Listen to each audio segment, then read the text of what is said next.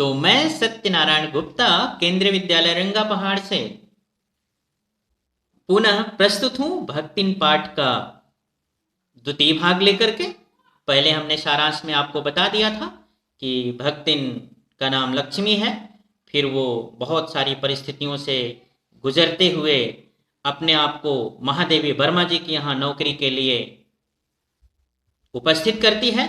तो आइए देखते हैं भक्तिन पाठ का शेष भाग, जो आधुनिक परिवेश को सजोए हुए है, पिरोए हुए है। आधुनिक समाज की क्या मानसिकता है महिलाओं के प्रति, हम ये सब जानेंगे इस पाठ में। तो लीजिए इसका रसास्वादन कीजिए। तो दोस्तों, जैसा कि मैंने कहा था कि मैंने गद्य खंड का भक्तिन पाठ का 2 वीडियो बनाया है। पहला वीडियो हमने आपके सामने प्रस्तुत किया, तो ये दूसरा वीडियो है और इस दूसरे वीडियो में आपको बचा हुआ सारांश पता चलेगा। तो आइए समझते हैं इस सारांश को, जहां पे हम देखेंगे कि भक्तिन किस तरह से अपने परिवार का सामना करती है और इस जो वाह्य आडंबर से घिरा हुआ समाज है, इससे किस तरह से वह विषम परिस्थिति होते हुए भी अपना और अपने वर्चस्व को बचा के रखती है।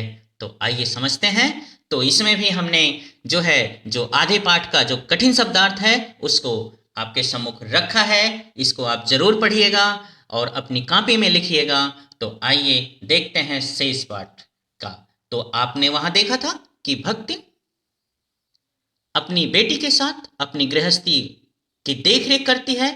अचानक से एक दिन भक्तिन की अनुपस्थिति में उस तीतरबाज वर ने बेटी की कोठरी में घुसकर भीतर से दरवाजा बंद कर लिया और उसके समर्थक गांव वालों को बुलाने लगे।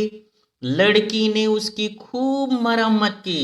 खूब मरम्मत करना बच्चों मतलब कुटाई करना। ढंग से उसने एकदम अच्छे से पीट पाट के उसको रख दिया। तो पंच समस्या में पड़ गए। अंत में पंचायत ने कलयुग को इस समस्या का कारण बताया और अपीलहीन फैसला हुआ कि दोनों को पति पत्नी के रूप में रहना पड़ेगा। बच्चों, उस समय पंचायत का बड़ा खौफ होता था। आज भी आप कहीं कहीं, मैं किसी राज्य का नाम नहीं लूंगा, लेकिन मैं ये जरूर बताऊंगा कि आज भी पंचायत जो है जो मर्जी आता है वही फैसला दे देती है। गलत या सही, पंचायत की बड़ी धाक है। भारत के में ही आपने सुना होगा कि समाज में जो छोटी मोटी चीजें हो जाती हैं तो पंचायत बैठ के जिसके पक्ष में चाहे जो भी फैसला देना चाहे वो दे देती है। तो अपमानित बालिका यहां पर बहुत विवश हो गई। यह संबंध सुखकर नहीं था। सुखकर क्यों नहीं था बच्चों? क्योंकि यदि किसी की इच्छा के विरुद्ध शादी हो जाए जिसके साथ वो शादी नहीं करना चाहे, तो निश्चित है कि दिन अच्छे नहीं कटेंगे। और ऊपर से वो दामाद जो था तीतरबाज, तीतर एक पक्षी होता है जिसको लोग लड़ाते हैं। पक्षियों का जैसे मुर्गा लड़ाया जाता है, बैल की लड़ाई आपने देखा होगा, उसी तरह से तीतर भी एक पक्षी है जिसमें दामाद निश्चिंत होकर तीतर लड़ाता था, जिसकी वजह से पारिवारिक द्वेष इस कदर बढ़ गया कि लगान अदा करना भी मुश्किल हो गया। लगान न पहुंचने के कारण जमींदार ने भक्तिन को कड़ी धूप में खड़ा कर दिया। यह अपमान वह न सहकर और कमाई के विचार से शहर चली गई। जीवन के अंतिम परिच्छेद में, आपको मैंने बताया था पहला परिच्छेद, दूसरा परिच्छेद, तीसरा परिच्छेद, और आप अब देखेंगे कि अंतिम में क्या होता है। जीवन के अंतिम परिच्छेद में घुटी हुई चांद, मैली धोती तथा गले में कंठी पहने वह लेखिका के पास नौकरी के लिए पहुंची और उसने रोटी बनाना, दाल बनाना आदि काम जानने का दावा किया। मतलब उसने बताया कि मुझे खाना बनाना आता है बच्चों, और मैं जो है किसी भी प्रकार का खाना बना सकती हूँ। नौकरी मिलने पर उसने अगले दिन स्नान करके लेखिका की धुली धोती भी जल से छींटे से पवित्र करने के बाद पहनी। अब आप देखिए, अगर अन्यथा न लें तो मैं कहूँ कि इस समय कोरोना वायरस जो है वो ये दिखा रहा है कि हर 1 घंटे में हाथ धोइए, कोई छू दिए तो भी आप धोइए। देखिए, आज के परिप्रेक्ष्य में वो भक्तिन बहुत खरी उतरती है। लेखिका की धोती धुली हुई थी, फिर भी उस पे वो छींटे मार करके पहन रही है, मतलब उसको पवित्र करके पहन रही है। निकलते सूर्य व पीपल को अर्घ दिया, 2 मिनट जाप किया और कोयले की मोटी रेखा से चौके की सीमा निर्धारित करके खाना बनाना शुरू किया। भक्तिन छूत पाक को मानने वाली थी। लेखिका ने समझौता करना उचित समझा। भोजन के समय भक्तिन ने लेखिका को दाल के साथ मोटी काली चित्तीदार 4 रोटियां परोसी। काली ने मतलब सेकते समय रोटियां जल गई हैं। तो लेखिका ने टोका कि ये रोटी जल कैसे गई। उसने अपना तर्क दिया कि अच्छी सेकने के प्रयास में रोटियां अधिक कड़ी हो गईं। मतलब वो अपनी गलती को स्वीकार नहीं कर रही है, वो ये कह रही है कि मैंने रोटी को इतने अच्छे से सिकाई की कि वो कच्ची न रह जाए, इस प्रयास में थोड़ा कड़ी हो गई होगी। आगे वो कहती है कि सब्जी, लेखिका ने बोला था कि लेखिका को सब्जी पसंद है, लेकिन वो सब्जी न बना करके यहां भी उसने क्या किया, दाल बना दिया। इस खाने पर प्रश्नवाचक दृष्टि होने पर वह अमचूरण, लाल मिर्च की चटनी या गांव से लाए गुड़ का प्रस्ताव रखा। बच्चों, पहले लोग पुराने जमाने में आम या मिर्ची को गुड़ के साथ पीस देते थे, तो खट्टा और मीठा दोनों लगता था और सी सी करके उससे रोटी रोटी खा लेते थे। पहले इतनी अमीरी नहीं थी लोगों के पास, तो इस तरह से अपना जीवन व्यतीत करते थे। भक्तिन के लेक्चर के कारण लेखिका रूखी दाल से एक मोटी रोटी खाकर विश्वविद्यालय पहुंची और न्याय सूत्र पढ़ते हुए शहर और देहात के जीवन के अंतर पर विचार करने लगी। गिरते स्वास्थ्य व परिवार वालों की चिंता निवारण के लिए लेखिका ने खाने के लिए अलग व्यवस्था की, किंतु इस देहाती वृद्धा की सरलता से वह इतना प्रभावित हुई कि वह अपनी असुविधाएं छिपाने लगी। भक्तिन स्वयं को बदल नहीं सकती थी, वह दूसरों को अपने मन के अनुकूल बनाने की इच्छा रखती थी।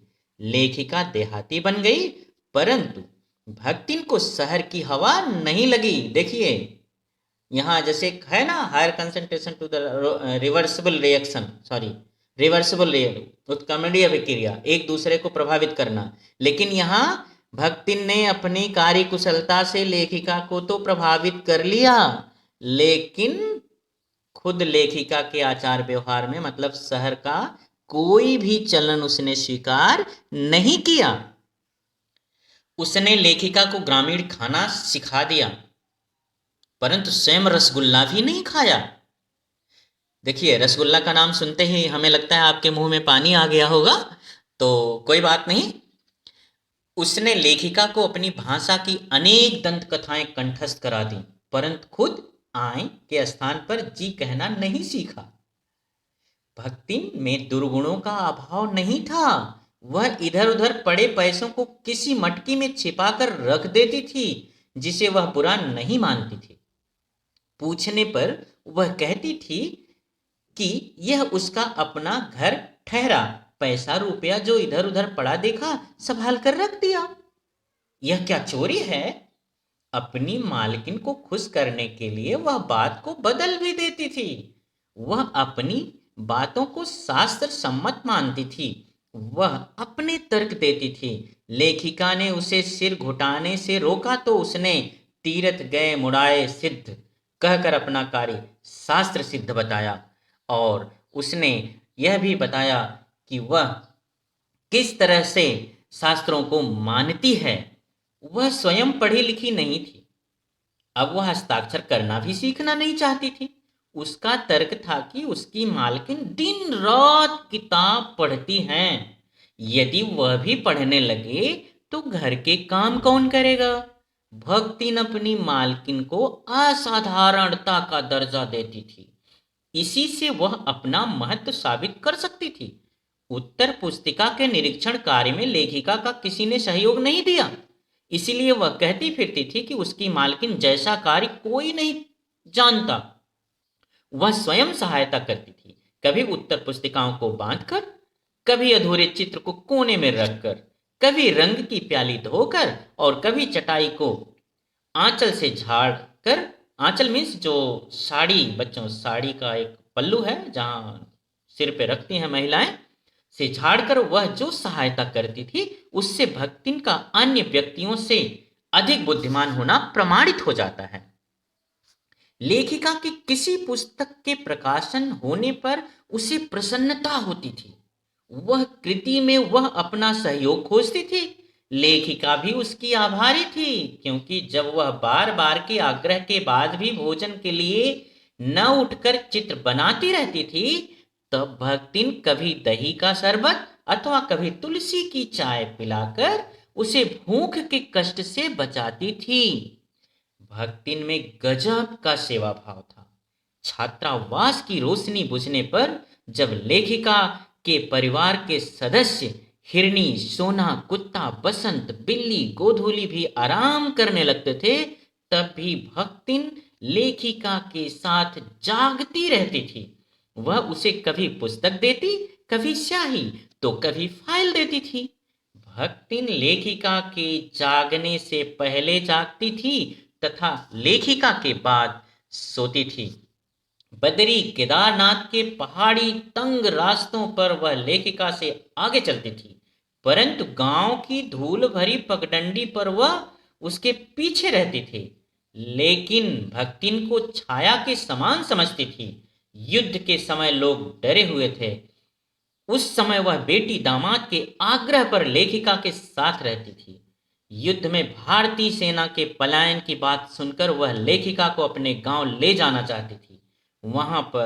वहां वह लेखिका के लिए हर तरह के प्रबंध करने का आश्वासन देती थी। वह अपनी पूंजी को भी दांव पर लगाने के लिए तैयार थी। लेखिका का मानना है कि उसके बीच स्वामी सेवक का संबंध नहीं था।